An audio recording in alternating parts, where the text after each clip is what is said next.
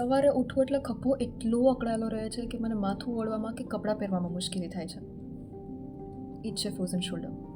Hello, this is doctor Prachi Pansali, your physiotherapist, and આજે આપણે જાણીશું ફ્રોઝન શોલ્ડર વિશે, જેને મેડિકલ ભાષામાં અધેસિવ કેપ્સ્યુલાઇટિસ પણ કહેવાય છે. અને આ એવી સ્થિતિ છે જેમાં ખભાની મૂવમેન્ટ્સ મર્યાદિત રહે છે.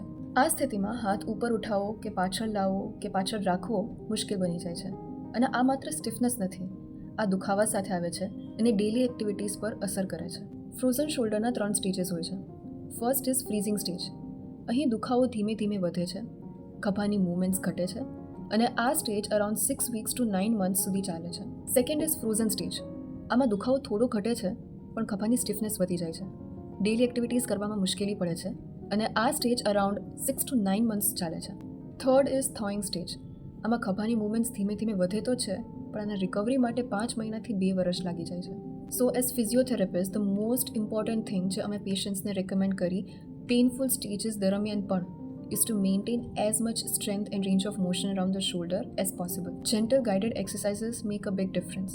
And remember, early intervention and consistency can bring a better outcome. આ કસરતથી ટેબલ દ્વારા તમારા હાથની મૂવમેન્ટ માટે સહારો મળે છે. એક ટેબલ પાસે બેસો અને તમારા હાથ નીચે એક ટોવલ રાખો. શોલ્ડર ફ્લેક્શન માટે ટેબલની આગળ બેસીને તમારા હાથને આગળ સ્લાઇડ કરાવો. તેમજ શોલ્ડર એબડક્શન માટે ટેબલની બાજુમાં બેસો અને તમારા હાથને બાજુમાં સ્લાઇડ કરાવો. ધીમે ધીમે ખભાને ઉપર, પાછળ અને નીચે ગોળ ફેરવો. આ કસરતથી શોલ્ડરની મોબિલિટી મેન્ટેન રહેશે અને મસલ સ્ટિફનેસ થતાં અટકાવશે.